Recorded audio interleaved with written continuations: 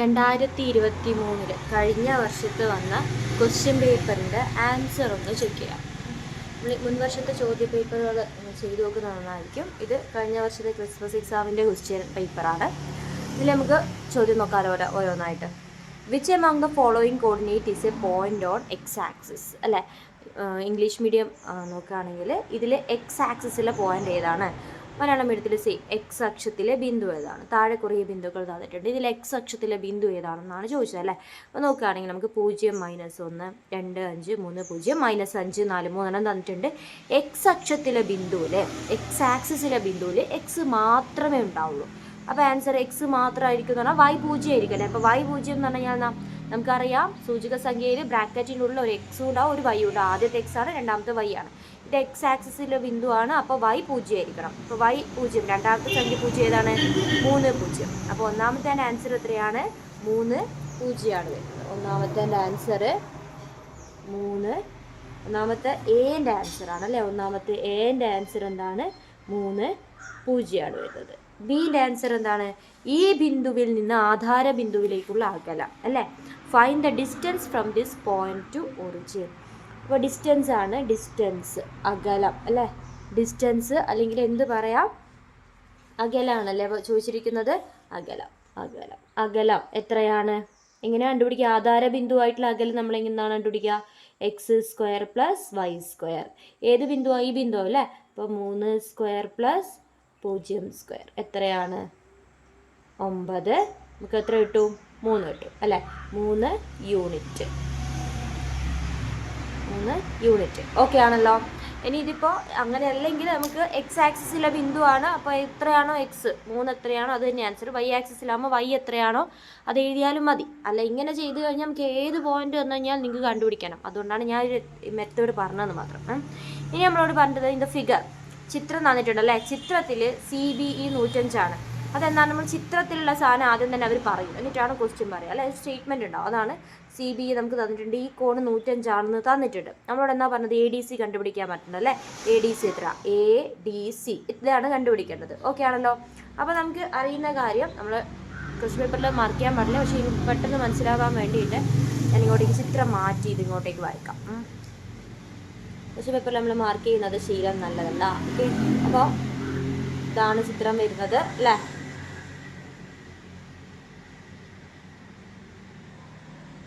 ഏതാണ് തന്നിട്ടുള്ളത്? ഇതാണ് 105 തന്നിട്ടുള്ളത് അല്ലേ. അപ്പോൾ നമുക്കറിയാം ഇതൊരു രേഖയല്ലേ അല്ലേ. ഇതൊരു രേഖയല്ലേ, ഒരു വരയല്ലേ. ആ വരയിലെ 2 കോണുകളല്ലേ നോക്കി. ഇതൊരു വരയാണ്, ഈ വരയിലെ 2 കോണുകളാണ് ഇതല്ലേ. ഇത് രണ്ടും കൂട്ടിക്കഴിഞ്ഞാൽ എത്രയാണ്? 150 ആണ്. ഇതിപ്പോൾ 105 ആകുമ്പോൾ ഇത് എത്രയായിരിക്കും?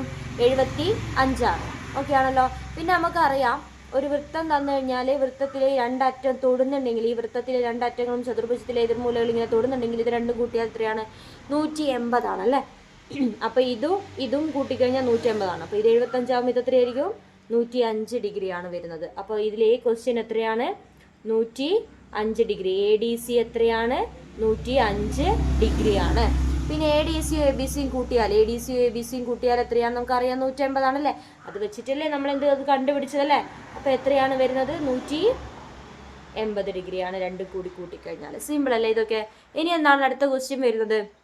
ഇൻ ദ ഫിഗർ കോൺ PQR is a right triangle അല്ലേ. ഒരു മട്ടത്രികോണം. റൈറ്റ് ട്രയാങ്കിൾ എന്ന് പറഞ്ഞാൽ ഒരു വശം ഒരു കോണ് 90 ഡിഗ്രി അല്ലേ. അപ്പോൾ മട്ടത്രികോണം എന്ന് പറഞ്ഞാൽ ഒരു കോണ് 90 ഡിഗ്രി തന്നിട്ടുണ്ട് ഇവിടെ അല്ലേ. ഇതാ ഈ കോണ് 90 ഡിഗ്രിയാണ് തന്നിട്ടുണ്ട്. അളവുകൾ തന്നിട്ടുണ്ട് അല്ലേ. 1, 2 എന്നൊക്കെ തന്നിട്ടുണ്ട്. നമ്മളോട് എന്താ പറയുന്നത്? PQ, ഈ അളവ് എത്രയാണ് കണ്ടുപിടിക്കാൻ പറ്റുന്നത് അല്ലേ. അപ്പോൾ എങ്ങനെ കണ്ടുപിടിക്കാം? നമുക്ക് അറിയുന്ന കാര്യം എന്താണ്? ഒരു വശം 1 അതിൻ്റെ ഇരട്ടിയാണ്. ഏത് വശം? ഈ വശം 1 ഇതിൻ്റെ ഇരട്ടിയാണ് ഇത് തന്നിട്ടുള്ളത് അല്ലേ. ഇത് ഇരട്ടിയല്ലേ നമുക്ക് തന്നിട്ടുള്ളത്. അതിൻ്റെ അർത്ഥം എന്താണ്? ഇരട്ടി തന്നു കഴിഞ്ഞാൽ 30ൻ്റെ എതിരെ എത്രയാണോ അതിൻ്റെ ഇരട്ടിയായിരിക്കും 90ൻ്റെ എതിരെയുള്ള വശം. നമ്മളെ ത്രികോണമിതിയിലുള്ള കാര്യമാണ് അല്ലേ. അപ്പോൾ ഓർമ്മിക്കുക, 30 ഡിഗ്രീൻ്റെ ഓപ്പോസിറ്റ് എത്രയാണ്? 1 ആണ്. അപ്പോൾ 90ൻ്റെ എതിരെ 2 ആയിരിക്കും. അപ്പോൾ നമുക്കറിയാം 30:60:90. 30:60:90. 30ൻ്റെ എതിരെ 1 ആണെങ്കിൽ 90ൻ്റെ എതിരെ ഇരട്ടിയായിരിക്കും. 60ൻ്റെ എതിരെ √3 ആയിരിക്കും അല്ലേ. അപ്പോൾ നമുക്ക് ഒന്നിൻ്റെ ഇരട്ടി അങ്ങേപ്പുറം കണ്ട് നമുക്ക് മനസ്സിലാവും ഒരെണ്ണം 30 ഡിഗ്രിയും ഒരെണ്ണം 90 ഡിഗ്രിയാണ്. അപ്പം മറ്റേത് എത്രയായിരിക്കും? 60 ഡിഗ്രി. ഇതിൻ്റെ ഓപ്പോസിറ്റ് എത്രയാണ്? ഇത് 3 കൂട്ടിക്കഴിഞ്ഞാൽ 180 വേണം അല്ലേ? പിന്നെ എന്താണ് ഇതിൻ്റെ ഓപ്പോസിറ്റ് എത്രയാണ്? √3 ആയിരിക്കും അല്ലേ? അപ്പോൾ നമുക്ക് ചോദ്യം നോക്കാമല്ലോ. പി ക്യു എത്രയാണ്? പി ക്യു എത്രയാണ്? പി ക്യു എത്രയാ? √3 ഓക്കെ ആണല്ലോ. ഇനി അടുത്ത എന്താണ്? കോൺ ക്യു ആർ പി എത്രയാണ്? ക്യു ആർ പി എന്ന് പറഞ്ഞാൽ QRP 60 ഡിഗ്രി അല്ലേ? 60 ഡിഗ്രി ആയിരിക്കും. ഇത് കുഴപ്പമൊന്നുമില്ലല്ലോ, സിമ്പിൾ ആയിട്ടുള്ള ക്വസ്റ്റ്യൻസ് ആണ് അല്ലേ? ഇനി അടുത്ത ചോദ്യം നോക്കി. All edges of square pyramids are equal. അതായത് നമ്മുടെ സമചതുര സ്തൂപികയുടെ എല്ലാ വക്കുകളുടെയും നീളം 48 സെൻറ്റിമീറ്റർ ആണ്. അപ്പോൾ വക്കുകളുടെ ആകെ നീളം തന്നിട്ടുണ്ട്. വക്കുകളുടെ ആകെ നീളം അല്ലേ? ലെങ്ത് ഓഫ് എന്താണ്? Edges of square pyramid total length ആണ് അല്ലേ? ടോട്ടൽ ലെങ്ത് ഓഫ് എത്രയാണ് നമുക്ക് തന്നിട്ട്? 48 സെൻറ്റിമീറ്റർ ആണ് തന്നിട്ടുണ്ട് അല്ലേ? പിന്നെ നമ്മളോട് പറഞ്ഞത് total sum of length of all its edges is 48 സെൻറ്റിമീറ്ററും തന്നിട്ടുണ്ട്. പിന്നെ നമ്മളോട് പറഞ്ഞ all edges of the pyramids are equal അല്ലേ? നമ്മളോട് എന്താ പറഞ്ഞത്? വക്കുകളെല്ലാം തുല്യമാണെന്നും പറഞ്ഞിട്ടുണ്ട്. അപ്പോൾ എല്ലാ വക്കുകളും തുല്യം എന്ന് പറഞ്ഞാൽ എത്ര വക്കുണ്ട് നമുക്ക് അറിയണ്ടേ? നമുക്കറിയുന്ന ഒരു കാര്യം സമചതുര സ്തൂപികയാണ്. അപ്പോൾ സമചതുര സ്തൂപികയ്ക്ക് എന്തുണ്ട്? സമചതുര സ്തൂപിക എന്ന് പറഞ്ഞു കഴിഞ്ഞാൽ എന്താണ്? സമചതുരം ഉണ്ടാവും. താഴെ സമചതുരമാണ്. ഈ എല്ലാ അറ്റത്തുനിന്ന് എന്ത് ചെയ്യണം? മുകളിലോട്ടേക്ക് ഓരോ ത്രികോണം പോലെ ഉണ്ടാവും അല്ലേ? അപ്പോൾ ഇത് 4 വശമില്ലേ? അപ്പോൾ ഇവിടുന്ന് 1 2 3 4, അപ്പോൾ അതും 4 എണ്ണം ഉണ്ടാവില്ലേ? അതായത് 8 വക്കുകൾ ഉണ്ടാവില്ലേ ആകെ? അപ്പോൾ ഒരു വക്കിൻ്റെ നീളം എത്രയായിരിക്കും? ഒരു വക്കിൻ്റെ നീളം അല്ലേ? ലെങ്ത് ഓഫ് വൺ എഡ്ജ് എന്തായിരിക്കും? Length of N edge. ഒരു എഡ്ജിൻ്റെ എന്തായിരിക്കും? ടോട്ടൽ എത്ര എണ്ണം ഉണ്ട്? 8 എണ്ണം ഉണ്ട് അല്ലേ? 48നെ 8 കൊണ്ട് ഡിവൈഡ് ചെയ്യാം. ഓക്കെ ആണല്ലോ? 48നെ 8 കൊണ്ട് ഡിവൈഡ് ചെയ്ത് കഴിഞ്ഞാൽ 6 8 48, 6 സെൻറ്റിമീറ്റർ ആയിരിക്കും ഒരു വക്ക് ഉണ്ടാവും അല്ലേ? അപ്പോൾ നമുക്ക് പാദ വക്ക് കിട്ടി 6 സെൻറ്റിമീറ്റർ ആണെന്ന് കിട്ടിയല്ലേ? എല്ലാ വക്കും 6 സെൻറ്റിമീറ്റർ ആണെങ്കിൽ പാദ വക്കും 6 സെൻറ്റിമീറ്റർ ആയിരിക്കുമല്ലോ അല്ലേ? ഇവിടെ എന്താ ചോദിച്ചത്? Find the base area of the pyramid. All edges of square pyramids are equal. എല്ലാ എഡ്ജസും സെയിം ആണ്. എല്ലാം കൂടി 48 കിട്ടും. ഒരു ഏരിയ എത്രയാണ്? പാദവക്കിൻ്റെ ഏരിയ എത്രയാണെന്നാണ് പറയുന്നത് അല്ലേ? പാദവക്കില്ല എന്താണ്? ബേസ് ഏരിയ എത്രയാണെന്നാണ് ചോദിച്ചത്. അപ്പോൾ ബേസ് ഏരിയ അല്ലെങ്കിൽ എന്താണ്? പാദപരപ്പളവ് എത്രയാ? A² അല്ലേ? അപ്പോൾ എത്രയാണ്? 6². 36 സെമി. ഇംഗ്ലീഷ് മീഡിയംകാർക്ക് സെൻറ്റിമീറ്റർ സ്ക്വയർ. ഓക്കെ ആണല്ലോ? ഈ ഒരു ക്വസ്റ്റ്യൻസ് ഒക്കെ എളുപ്പമുള്ള ക്വസ്റ്റ്യൻസ് ആണ്. നമ്മൾ എന്ത് ഡിസ്കസ് ചെയ്തിട്ടുണ്ട്? 2 മാർക്കിൻ്റെ ക്വസ്റ്റ്യൻസ് നോക്കിക്കഴിഞ്ഞു. ഓക്കെ ആണല്ലോ? ഇനി നമുക്ക് 3 മാർക്കിൻ്റെ ക്വസ്റ്റ്യൻ നോക്കാം. 3 മാർക്കിൻ്റെ ക്വസ്റ്റ്യൻസ് ഉണ്ട്. 5 മുതൽ നമുക്ക് നോക്കാമല്ലോ. ആദ്യം തന്നെ നമുക്കൊരു ചിത്രം വരയ്ക്കാനാണല്ലോ. നോക്കാമല്ലോ. ആരം 3 സെൻറ്റിമീറ്റർ ആയ വൃത്തം വരയ്ക്കുക. Draw A circle of radius 3 centimetre. പിന്നെന്താ പറഞ്ഞത്? വൃത്തകേന്ദ്രത്തിൽ നിന്ന് 7.5 സെൻറ്റിമീറ്റർ അകലെയുള്ള ഒരു ബിന്ദുവിൽ നിന്നും വൃത്തത്തിലേക്കുള്ള തൊടുവര വരയ്ക്കാം അല്ലേ? അപ്പോൾ നമുക്ക് ആദ്യം ചിത്രം വരയ്ക്കാൻ എന്തൊക്കെയാണ് തന്നിട്ടുള്ള? ആരം 3 സെൻറ്റിമീറ്റർ തന്നിട്ടുണ്ട്. അപ്പോൾ ഞാൻ 3 സെൻറ്റിമീറ്റർ ആരത്തിൽ എന്ത് വരയ്ക്കണം? എനിക്ക് ഒരു വൃത്തം വരയ്ക്കണം. ഓക്കെ ആണല്ലോ? 3 സെൻറ്റിമീറ്റർ ആരത്തിൽ ഞാനൊരു വൃത്തം വരയ്ക്കാം.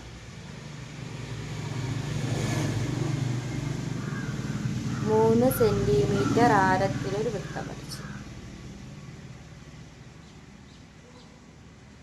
ഡാർക്ക് 3 സെൻറ്റിമീറ്റർ ആരം.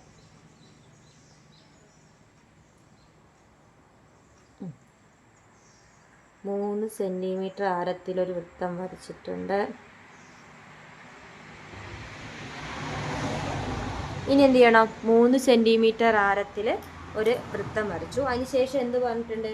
7.5 സെൻറ്റിമീറ്റർ അകലെ ഒരു ബിന്ദു അടയാളപ്പെടുത്താൻ പറഞ്ഞിട്ടില്ല. 7.5 സെൻറ്റിമീറ്റർ അകലെ ഒരു പോയിന്റ് അടയാളപ്പെടുത്തണം. ഇവിടെ നിന്ന് സെൻറ്ററിന്. അപ്പോൾ സെൻറ്ററിന് 7.5 സെൻറ്റിമീറ്ററിൽ ഞാനൊരു ബിന്ദു അടയാളപ്പെടുത്തി. സെൻറ്റർ എന്നാണ്. അപ്പോൾ ഇത് 3 ആയിരിക്കും. ഇവിടുന്ന് ഇവിടം വരെയാണ് 7.5 ഉണ്ടാവുക അല്ലേ? ഓക്കെ. ഇത് 3 സെൻറ്റിമീറ്റർ ആണ്. ടോട്ടൽ എത്രയാണ്? 7.5 സെൻറ്റിമീറ്റർ ആണ്. ഇനി നമ്മൾ എന്ത് വരയ്ക്കണം? ഇനി എന്താ വരയ്ക്കേണ്ടത്? ഇതിന് ലംബ സമവാക്യം അല്ലേ, പകുതിയിൽ കൂടുതൽ എടുത്തിട്ട് മുകളിലും താഴെയും ചാപം വീശണം.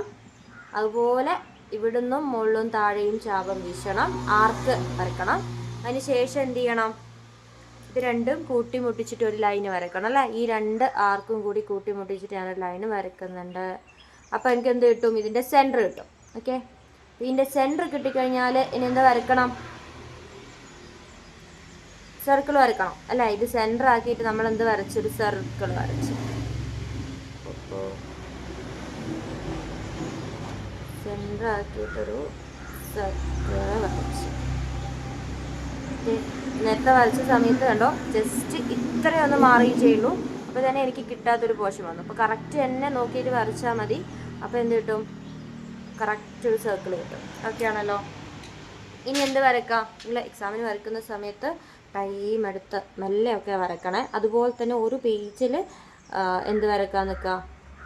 ഫിഗർ വരയ്ക്കാൻ പറ്റുന്ന വിധത്തിൽ വരയ്ക്കണം. ഡയഗ്രം ഒക്കെ വന്നു കഴിഞ്ഞാൽ ഒരു ഇതിൽ തന്നെ വരയ്ക്കാൻ നിൽക്കുക. സ്ഥലമില്ലാതായി പോകേണ്ട പ്രശ്നം ഉണ്ടാവാൻ പാടില്ല. ഇനി നമുക്ക് സർക്കിളിൽ ഇവിടെ രണ്ട് സ്ഥലത്ത് കൂട്ടിമുട്ടിയല്ലോ. പിന്നെ എന്ത് ചെയ്യാം? ഈ പോയിന്റ് എന്ന് സർക്കിളിലേക്ക്, ആ കൂട്ടിമുട്ടിയ ഭാഗത്തേക്ക് നമ്മൾ എന്ത് വരയ്ക്കുന്നു? ടാൻജൻറ്റ് വരയ്ക്കുന്നു, തൊടുവര വരയ്ക്കുന്നു. ഓക്കെ, ഇങ്ങനെ വരയ്ക്കണം. വൃത്തം വരക്കാണ്ട് വരച്ച് കഴിഞ്ഞാൽ ശരിയല്ല. ഓക്കെ ആണല്ലോ. പിന്നെ എന്താ പറയുക? തൊടുവര വരയ്ക്കാനല്ലേ പറഞ്ഞിട്ടുള്ളൂ. എത്രാമത്തെ ക്വസ്റ്റ്യൻ ആണ്? 5ാമത്തെ ക്വസ്റ്റ്യൻ ആണ്. 5ാമത്തെ ക്വസ്റ്റ്യൻ. ഇതൊക്കെ ആണല്ലോ, അത് വരച്ചിട്ടുണ്ട്. ഇനി നമുക്ക് അടുത്ത ക്വസ്റ്റ്യൻ നോക്കാം.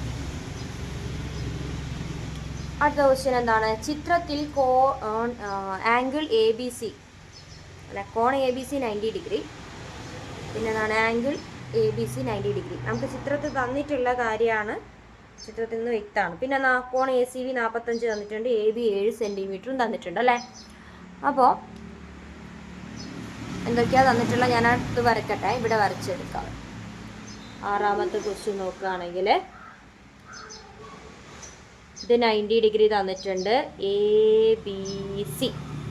ഇത് 45 ഡിഗ്രി തന്നിട്ടുണ്ട്. അപ്പോൾ നമുക്ക് ഇത് ഓട്ടോമാറ്റിക്കലി അറിയാം 45 ഡിഗ്രിയാണ് അല്ലേ. 45 ഡിഗ്രിയാണ്. ഇത് 7ആണ്. 45ൻ്റെ ഓപ്പോസിറ്റ് 7ആണെങ്കിൽ മറ്റേ 45ൻ്റെ ഓപ്പോസിറ്റ് 7 ആയിരിക്കും. ഏത് ട്രയാങ്കിൾ എടുത്താലും നിങ്ങൾ മനസ്സിലാക്കേണ്ടത് ഒരേ കോണളവ് തന്നിട്ടുണ്ടെന്ന് വെച്ചോ.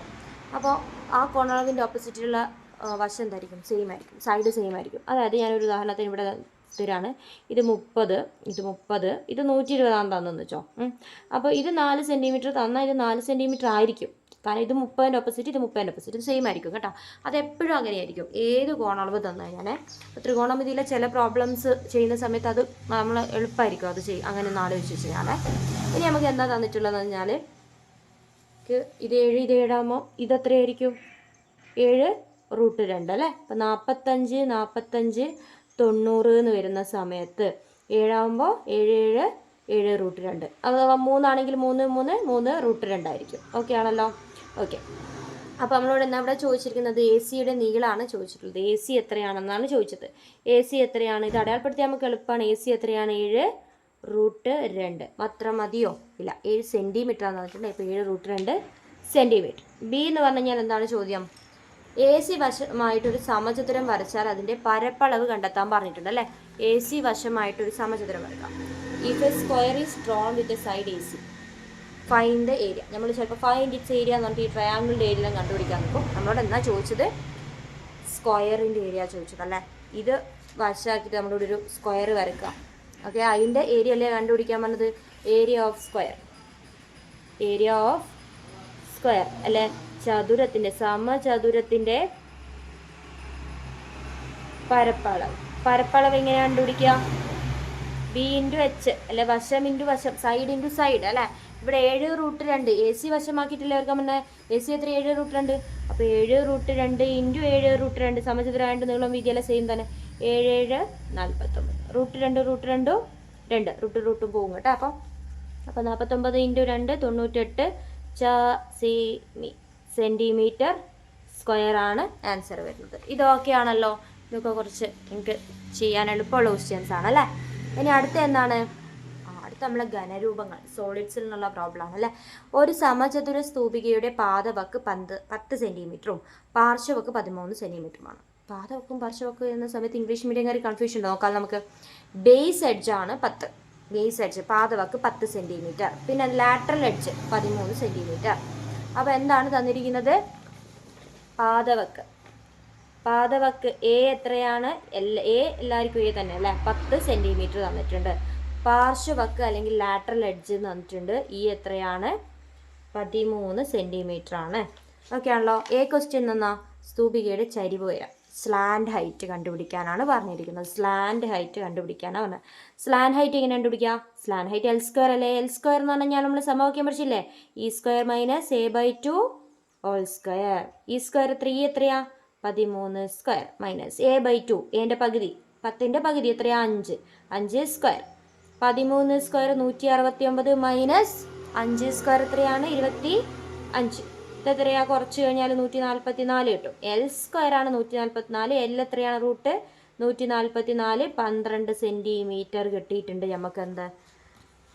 സ്ലാൻഡ് ഹൈറ്റ്, ചരിവ് ഉയരം. അടുത്ത എന്നാ? സ്തൂപികയുടെ പാർശ്വതല പരപ്പളവ് കണ്ടുപിടിക്കണം. ലാറ്ററൽ സർഫസ് ഏരിയ കണ്ടുപിടിക്കണം. അപ്പോൾ ലാറ്ററൽ സർഫസ് ഏരിയ എങ്ങനെ കണ്ടുപിടിക്കുക? ലാറ്ററൽ സർഫസ് ഏരിയ, പാർശ്വതല പരപ്പളവ് എങ്ങനെ കണ്ടുപിടിക്കാം? 2a സമവാക്യം നമുക്ക് അറിഞ്ഞാൽ പിന്നെ സിമ്പിൾ അല്ലേ. 2 ഇൻറ്റു എ എത്രയാണ്? 10 ഇൻറ്റു എൽ എത്രയാണ്? എൽ നമ്മളിപ്പോൾ കണ്ടുപിടിച്ചിട്ടുണ്ട്, എത്രയാണ്? 12. Okay, 12 into 2 24 10 240 centimetre square. പരപ്പളവ് കാണുമ്പോൾ സെൻറ്റിമീറ്റർ സ്ക്വയറിൽ ചതുരശ്ര സെൻറ്റിമീറ്റർ എന്നുള്ള യൂണിറ്റ് നിങ്ങൾ മറന്നു പോകാൻ പാടില്ലേ. യൂണിറ്റ് നമുക്ക് എല്ലാത്തിനും ഇമ്പോർട്ടൻ്റ് ആണ്. ഫിസിക്സിലായാലും ഇമ്പോർട്ടൻ്റ് ആണ്, മാത്സിലായാലും ഇമ്പോർട്ടൻ്റ് ആണ്. യൂണിറ്റ് നമ്മൾ മറന്നു കളയരുത്. ഓക്കെ, അപ്പോൾ എന്താണ് അടുത്ത ക്വസ്റ്റ്യൻ? 8ാമത്തത്.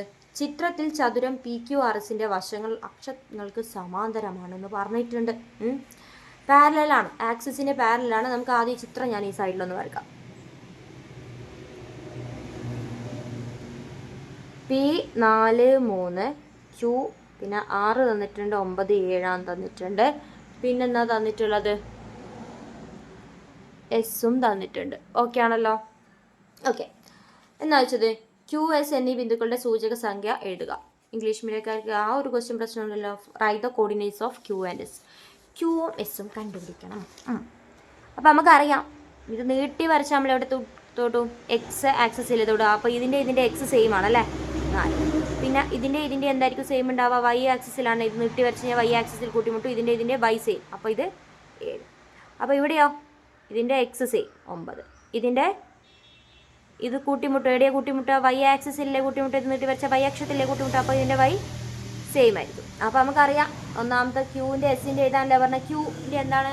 നമ്മൾ വരയൊന്നും ഇടരുത് ശരിക്കും. QS എഴുതാൻ പറഞ്ഞാൽ Q എഴുതിയതിന് ശേഷം ഇങ്ങനെ ബ്രാക്കറ്റ് ഇട്ടിട്ട് ഇതിൻ്റെ സൂചക സംഖ്യ ഏതാ? Q എത്രയാ? 9 3. S എത്രയാ? 4 7. ഇതാണ് ആൻസർ. ഓക്കെ, കോമ വര ഇതിനിടയിൽ ഒന്നും വേണ്ട, സമം ഒന്നും വേണ്ട, ഇങ്ങനെ എഴുതിയാൽ മതി ആൻസർ. ഓക്കെ, അടുത്ത എന്താണ്? PQവിൻ്റെ നീളം കണ്ടുപിടിക്കാം. Find the length of PQ. PQവിൻ്റെ നീളം കണ്ടുപിടിക്കാൻ PQ ഇതാണ് PQ അല്ലേ. PQവിൻ്റെ നീളം കണ്ടുപിടിക്കണം. ഡയറക്റ്റ് ഇത് പാരലൽ സമാന്തരമായതുകൊണ്ട് എത്ര? 4 3 3 4 നിന്ന് 9ലേക്കുള്ളത് 5 ദൂരം അല്ലേ. പക്ഷെ നമുക്ക് ഇക്വേഷൻ ഉപയോഗിച്ച് ചെയ്യുകയാണെങ്കിൽ എന്ത് ചെയ്താം? Root of x2 minus x1 whole square plus y2 minus y1 whole square. Root of x2 minus x കുറക്കാം, 9 നിന്ന് 4 കുറച്ച്, ഇതല്ലേ x. 9 minus 4 whole square, 3 minus 3 whole square.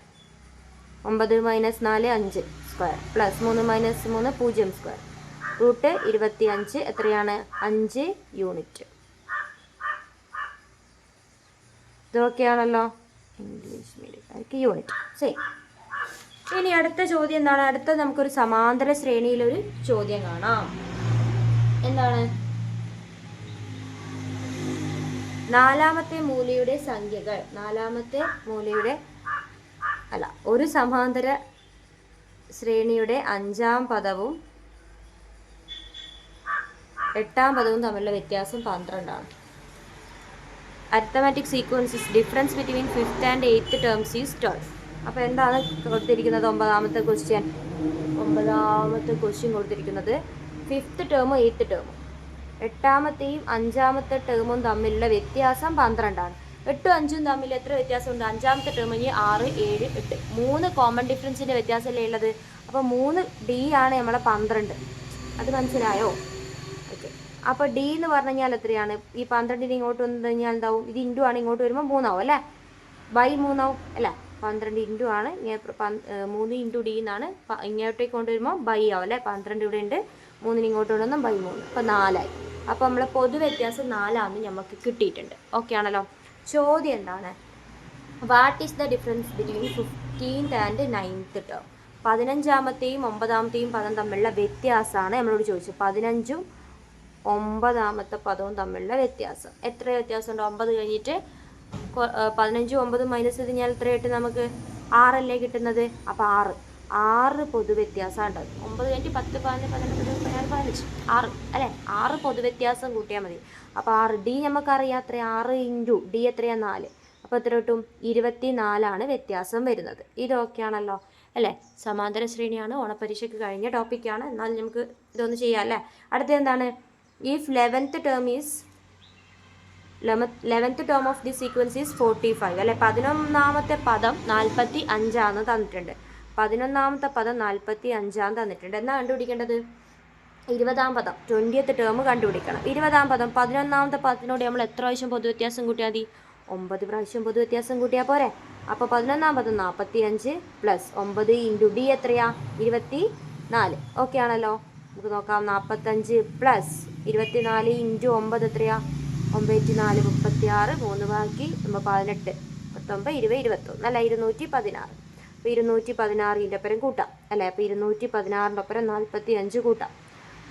1, 4, 5, 6, 2, 261, 261. ഇതൊക്കെയാണല്ലോ? ഇതൊക്കെ അല്ലേ? ഇനി നമുക്ക് അടുത്ത ക്വസ്റ്റ്യൻ നോക്കാം. അടുത്ത എന്താണ്? നമ്മൾ സൂചക സംഖ്യേൻ്റെ ബാക്കി ഉള്ളൊരു ചാപ്റ്ററാണ് ജോമെട്രി ആൻഡ് ഓൾജിബ്ര, അല്ലെങ്കിൽ എന്താ ജാമിതിയും ബീജഗണിതവും. അതിലെ 10ാമത്തെ ചാപ്റ്ററിലെ ക്വസ്റ്റ്യൻ ആണ് വരുന്നത്. ഓക്കെ ആലോ? In the figure coordinates of 3 vertices of a parallelogram are given. അതായത് നമ്മളൊരു സാമാന്തരികം പാരലോഗ്രാം തന്നിട്ടുണ്ട്, അതിൻ്റെ 3 എണ്ണം തന്നിട്ടുണ്ട്. 4ാമത്തെ പോയിന്റ് കണ്ടുപിടിക്കണം. അതാണ് ഈ ക്വസ്റ്റ്യൻ. 4ാമത്തെ മൂലയുടെ സൂചക സംഖ്യ എഴുതുക അല്ലേ? ഇക്വേഷനൊക്കെ ഉപയോഗിച്ചിട്ട് വേണമെങ്കിൽ നിങ്ങൾക്ക് ചെയ്യാം. ഇക്വേഷൻ ഇല്ലാതെ എങ്ങനെ ചെയ്യാമെന്നാണ് ഞാനിപ്പോൾ പറയാൻ പോകുന്നത്. 10ാമത്തതാണ് നമ്മൾ ചെയ്യാൻ പോകുന്നത്. 10ാമത്തെ ക്വസ്റ്റ്യൻ. ഞാൻ ആദ്യം സ്വാഭാവികമായിട്ടും ചിത്രം മാറ്റി വയ്ക്കുന്നു.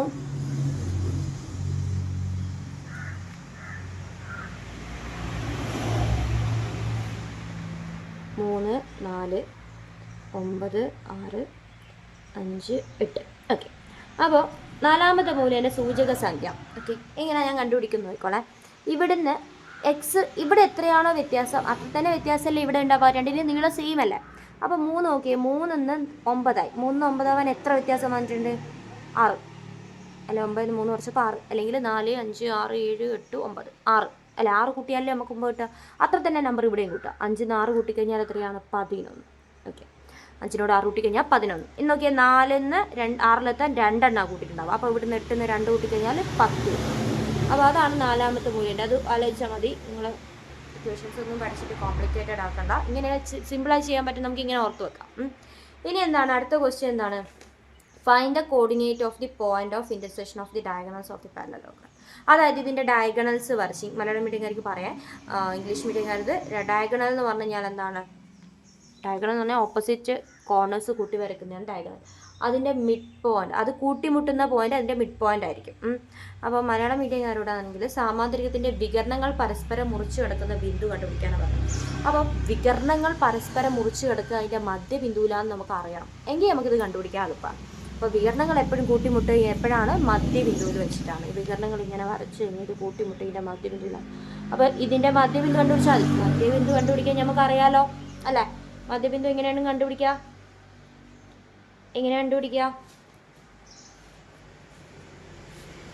എക്സിൻ്റെ ആദ്യം കണ്ടുപിടിക്കുക, എൻ്റെ y കണ്ടുപിടിക്കുക. എക്സ് കണ്ടുപിടിക്കാൻ x1 + x2/2. എക്സ് 2 കൂട്ടാം. 3ഉം 11ഉം കൂട്ടി, 3ഉം 11ഉം കൂട്ടി അതിൻ്റെ പകുതി അല്ലേ? 3ഉം 11ഉം 14/2. എത്ര കിട്ടി നമുക്ക്? 7. ഇനി y കണ്ടുപിടിക്കാം. y രണ്ടും കൂട്ടാം. 10 + 14/2 എത്ര? 10 + 4 14/2 7 അല്ലേ? അപ്പോൾ നമ്മളെ മധ്യബിന്ദു XY എത്രയാണ്? അതിൻ്റെ കോർഡിനേറ്റ് എത്രയാണ്? x എത്ര 7, y എത്രയാണ് 7. ഇതാണ് ആൻസർ. നമുക്ക് ഡയറക്റ്റ് ആയിട്ട് ഇങ്ങനെ കൂട്ടിയിട്ട് എഴുതുന്നതുകൊണ്ട് കുഴപ്പമൊന്നുമില്ല. പിന്നെ 3 മാർക്കിൻ്റെ ക്വസ്റ്റ്യനിൽ 1 മാർക്ക് ഇതിനാണ്, 2 മാർക്ക് ഇതിനാണ്. അതുകൊണ്ട് ഞാൻ കുറച്ച് സ്റ്റെപ്പൊക്കെ എഴുതിയെന്ന് മാത്രം. ഓക്കെ ആണല്ലോ. ഇനി നമുക്ക് 11ാമത്തെ ക്വസ്റ്റ്യനിലേക്ക് പോകാം. 11ാമത്തെ ക്വസ്റ്റ്യൻ വരുന്നത് 4 മാർക്കിൻ്റെ ക്വസ്റ്റ്യനാണ്. ഒരു പെട്ടിയിൽ വെള്ള, കറുപ്പ്, ചുവപ്പ് എന്നീ നിറങ്ങളിലായി 30 പന്തുകളുണ്ട്. 30 ബോൾസ് ഉണ്ട്. A box contains 30 balls of white, black and red colors. Okay, അപ്പോൾ ഒരു ബോക്സ് ഉണ്ട്. നമ്മുടെ ഇവിടെ 11ാമത്തെ ക്വസ്റ്റ്യൻ. ഒരു കുഞ്ഞു ബോക്സ് ഉണ്ട്. അതിലെന്തൊക്കെയുള്ള ബോൾസ്? 30 ബോൾ ഉണ്ട്. ടോട്ടൽ ബോൾ 30 ഉണ്ട്. ഓക്കെ ആണല്ലോ. വൈറ്റ് ഉണ്ട്, ബ്ലാക്ക് ഉണ്ട്, റെഡ് ഉണ്ട്. വൈറ്റ് ഉണ്ട്, ബ്ലാക്ക് ഉണ്ട്, റെഡ് ഉണ്ട്. വെള്ളയുണ്ട്, ബ്ലൂ, ബ്ലാക്ക് ആണല്ലേ. ബ്ലാക്ക് ഉണ്ട്, റെഡ് ഉണ്ട്. ബ്ലൂ അല്ല, ബ്ലാക്ക് ആണ്. ബ്ലാക്ക് ഉണ്ട്, റെഡ് ഉണ്ട്. പിന്നെ നമ്മളോട് പറഞ്ഞത് probability of getting white ball is 7/30. അതായത് ഈ പെട്ടിയിൽ നിന്ന് പന്തെടുത്താൽ വെള്ള ആവാനുള്ള സാധ്യത 7/30 ആണ്. അപ്പോൾ വെള്ള ആവാനുള്ള സാധ്യത എങ്ങനെ കണ്ടുപിടിക്കുക? വെള്ള ബോൾ ബൈ ആകെ ബോൾ 7/30 അല്ലേ. വെള്ള ആവാനുള്ള പ്രോബബിലിറ്റി നമുക്ക് തന്നിട്ടുണ്ട് 7/30 ആണ്. അപ്പോൾ ഈ 7 എത്ര എണ്ണം ഉണ്ടാവും? വെള്ള എത്ര എണ്ണം ഉണ്ടാവും? 7 എണ്ണം ഉണ്ടാവുക. ഓക്കെ, ആകെയാണ് നമുക്ക് താഴെ തന്നിട്ടുണ്ടെങ്കിൽ, നമുക്ക് സാധ്യത പ്രോബബിലിറ്റി തന്നു കഴിഞ്ഞാൽ ടോട്ടൽ കറക്റ്റ് താഴെയുള്ള സാധനം തന്നെയാണെങ്കിൽ നമുക്ക് ഡയറക്റ്റ് നമ്പർ എടുത്ത് ചെയ്യുന്നതുകൊണ്ട് കുഴപ്പമില്ല. ഇനി അടുത്തത് probability of getting red ball is 3/10. Okay, എന്താണ് പറഞ്ഞത്? ചുവപ്പാകാനുള്ള സാധ്യത 3/10 ആണ്. ആകെയാണോ താഴെയുള്ളത്? അല്ല അല്ലേ, ആകെ അല്ല താഴെയുള്ളത്. അപ്പോൾ നമുക്ക് എന്ത് ചെയ്യാം? ആകെ അല്ല താഴെയുള്ളത്. റെഡ് കിട്ടാനുള്ള പ്രോബബിലിറ്റി അല്ലേ? റെഡ് കിട്ടാനുള്ള പ്രോബബിലിറ്റി 3/10 ആണ്. ഓക്കെ ആണല്ലോ. നമുക്ക് ഇവിടെ തന്ന സാധനങ്ങൾ എഴുതിയെടുക്കാമല്ലോ. വൈറ്റ് കിട്ടാനുള്ള പ്രോബബിലിറ്റി 7/30 ആണ്. ഓക്കെ ആണല്ലോ. അപ്പോൾ നമ്പർ ഓഫ് വൈറ്റ് ബോൾസ്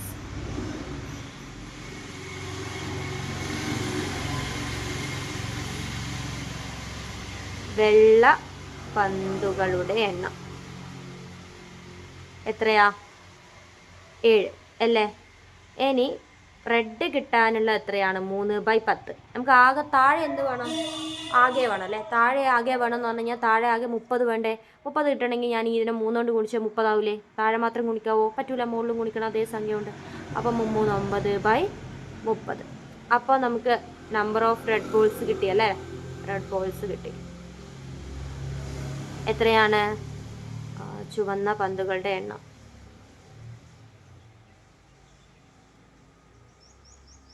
എത്രയാണ്? 9 അല്ലേ. ചുവന്ന പന്തിൻ്റെ എണ്ണം 9 ആണ്. ഓക്കെ, ഇനി എന്താണ്? What is the probability of getting black from the box? ഇതൊക്കെ ഓക്കെയാണ്. തന്ന സാധനം മാത്രമാണ് ഞാൻ എടുത്ത് എഴുതിയിട്ടുള്ളൂ. ഇനി നമുക്ക് ചോദ്യത്തിലേക്ക് പോവാം. ക്വസ്റ്റ്യൻ എന്താണ്? What is the number of white balls? വെള്ളപ്പന്തിൻ്റെ എണ്ണം എത്രയാണ്? നമ്മൾ കണ്ടുപിടിച്ച് വെച്ചിട്ടുണ്ട്. വെള്ളപ്പന്തിൻ്റെ എണ്ണം എത്രയാണ്? 7 അല്ലേ. വെള്ളപ്പന്തിൻ്റെ എണ്ണം 7 ആണ്. അടുത്ത ക്വസ്റ്റ്യൻ എന്താണ്? What is the probability of getting black from the box? അതായത് അതിൽ നിന്ന് കറുപ്പ് എടുത്തു കഴിഞ്ഞാൽ എത്രയായിരിക്കും സാധ്യത? ഓക്കെ, റെഡ് നമുക്ക് ഇവിടെ കിട്ടിയിട്ടുണ്ട്. എത്രയാനും? 9.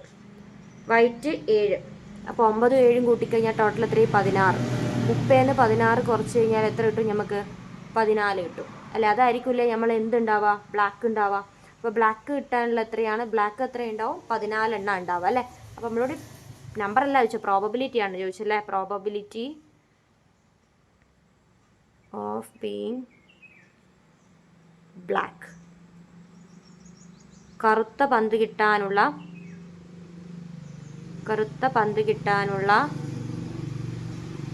സാധ്യത എത്രയാണ്? കറുത്ത പന്ത് എത്രയാണുള്ളത്? 14 ബൈ ആകെ എത്രയാണ്? 30. ഓക്കെ ആണല്ലോ. ഇതിന് നമുക്ക് വേണമെങ്കിൽ ചെറുതാക്കി 7/15 നമുക്ക് എഴുതാം. ഇതും ശരിയാണ്. ഓക്കെ, ഇത് മതി. ഇനി അടുത്ത ക്വസ്റ്റ്യൻ എന്താണ്? What is the probability of getting A red ball? Red ball കിട്ടണം. എപ്പോൾ കിട്ടണം? ഈ 3 red balls are taken out from the box. അതിൽ നിന്ന് 3 പന്ത് ഓൾറെഡി എടുത്തു കഴിഞ്ഞു. ഇനി നമ്മൾ റെഡ് കിട്ടാനുള്ള സാധ്യതയാണ് എടുക്കാനുള്ളത് പറയേണ്ടത്. പെട്ടിയിൽ നിന്ന് 3 ചുവപ്പ് പന്തുകൾ എടുത്തു മാറ്റി. ഓക്കെ, ഈ പെട്ടിയിൽ നിന്ന് ഞാൻ 3 ചുവന്ന പന്ത് എടുത്ത് മാറ്റി. ചുവന്ന പന്ത് എടുത്ത് മാറ്റി കഴിഞ്ഞാൽ ഇപ്പോൾ നമ്മളെ ബക്കറ്റിൻ്റെ ഒരു പെട്ടീൻ്റെ കാര്യം എന്താ ഉള്ളത്? ഈ പെട്ടിയിൽ ഇപ്പോൾ എത്രയുണ്ട്?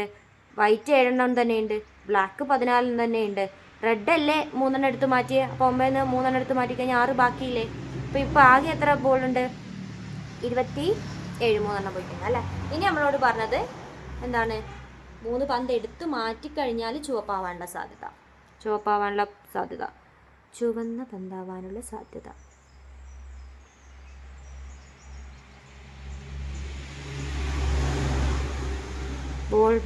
Probability of ball being red അല്ലേ.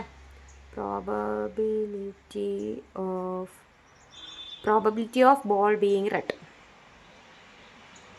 എന്താണ്? എത്രയാണ് ടോട്ടൽ ഉള്ളത്? 6 ബൈ എത്രയാണ്? ആകെ 27 അല്ലേ. ഓക്കെ ആണല്ലോ, ഇത് ഓക്കെ ആണെന്ന് വിചാരിക്കുന്നു. ഇത് നമ്മളെ 3ാമത്തെ പാഠത്തിൽ നിന്നുള്ള ക്വസ്റ്റ്യൻ ആണ് അല്ലേ. ഇനി നമുക്ക് 12ാമത്തെ ക്വസ്റ്റ്യൻ നോക്കിയേ. അരിത്തമാറ്റിക് സീക്വൻസിലുള്ള ക്വസ്റ്റ്യൻ ആണ് തന്നിട്ടുള്ളത്. 6 10 14 എന്ന് പറഞ്ഞ 6 10 14 എന്ന് പറഞ്ഞൊരു സമാന്തര ശ്രേണി കൊടുത്തിട്ടുണ്ട്. ഇതിൻ്റെ പൊതുവ്യത്യാസം എത്രയാണ്? സിമ്പിൾ ഡിമ്പിൾ ക്വസ്റ്റ്യൻ ഒക്കെ വരുന്നുണ്ടല്ലോ നിങ്ങൾക്ക് അല്ലേ. ഇങ്ങനെയുള്ള ഈ ഒരു ക്വസ്റ്റ്യനുള്ള സിമ്പിളാണ്. അപ്പോൾ നമുക്ക് 12ാമത്തെ ക്വസ്റ്റ്യൻ ഞാൻ ഇവിടെ എഴുതുന്നുണ്ട്. ഓക്കെ, എന്താണ്? 6 10 14 എന്ന് പറഞ്ഞ സമാന്തര ശ്രേണിയുടെ പൊതുവ്യത്യാസം എത്രയാണ്? എത്രയാണ് കൂട്ടി പോകുന്ന? 4 അല്ലേ. അപ്പോൾ പൊതുവ്യത്യാസം എത്രയാണ്? കോമൺ ഡിഫറൻസ് എത്രയാണ്? 4.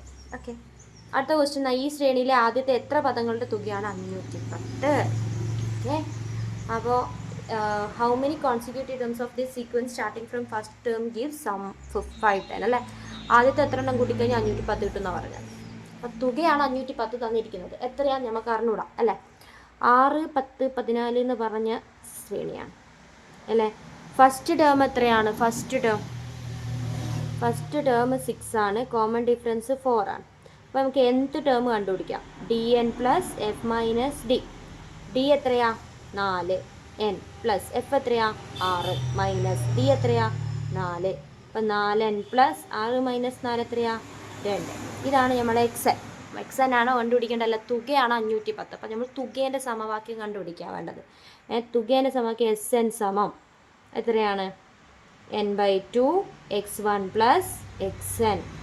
n എത്രയാ? അറിഞ്ഞൂടാ നമുക്ക്. /2 x1 എത്രയാ? ആദ്യം 6. xn എത്രയാ? നമ്മളിപ്പോൾ കണ്ടുപിടിച്ചിട്ടുണ്ട്. 4n പ്ലസ് 2 അല്ലേ. n/2 അല്ലേ. n/2 നമുക്ക് ആദ്യം 4n ഞാൻ എടുത്തിട്ടുണ്ട്. പിന്നെ 6ഉം 2ഉം കൂട്ടിക്കഴിഞ്ഞാൽ 8. ഇതൊക്കെയാണല്ലോ. ഓക്കെ, കുഴപ്പമൊന്നുമില്ല. ഇനി തുക നമുക്ക് എത്രയാണ് തന്നിട്ടുണ്ട്? തുക എത്രയാണ് തന്നിട്ടുണ്ട്? 510 തന്നിട്ടുണ്ട് അല്ലേ. തുക എത്രയാണ്? 510 തന്നിട്ടുണ്ട്. അപ്പോൾ ഇതല്ലേ നമ്മുടെ തുക അല്ലേ.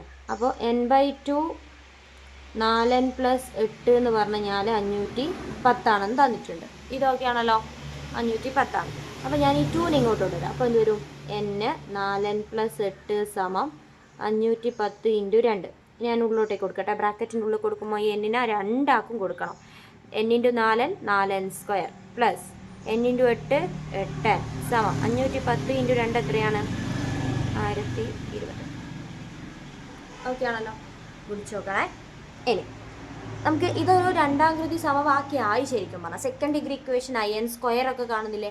പക്ഷേ n സ്ക്വയർ നമ്മൾ രണ്ടാകൃതി സമവാക്യത്തിൽ സാധാരണ x സ്ക്വയർ എന്ന് പറയും. x സ്ക്വയറിൻ്റെ ഒപ്പം ആരും ഉണ്ടാവില്ല അല്ലേ. ഇവിടെ n സ്ക്വയറിൻ്റെ ഒപ്പം 4 ഉണ്ട്. അപ്പോൾ ഈ 4 എനിക്ക് കളയാൻ വേണ്ടി ഞാൻ ഇക്വേഷൻ മൊത്തം 4 കൊണ്ട് ഹരിക്കാം. 4 കൊണ്ട് എല്ലാത്തിനെയും ഹരിച്ച് കളയാം. അപ്പോൾ 4 കൊണ്ട് ഹരിക്കുന്ന സമയത്ത് എന്ത് വരും? ഈ 4 പോയാൽ n സ്ക്വയർ പ്ലസ് ഓക്കെ ആണല്ലോ. 8/4 3 2 സമം 1020 ഞാൻ 4 കൊണ്ട് ഹരിക്കട്ടെ.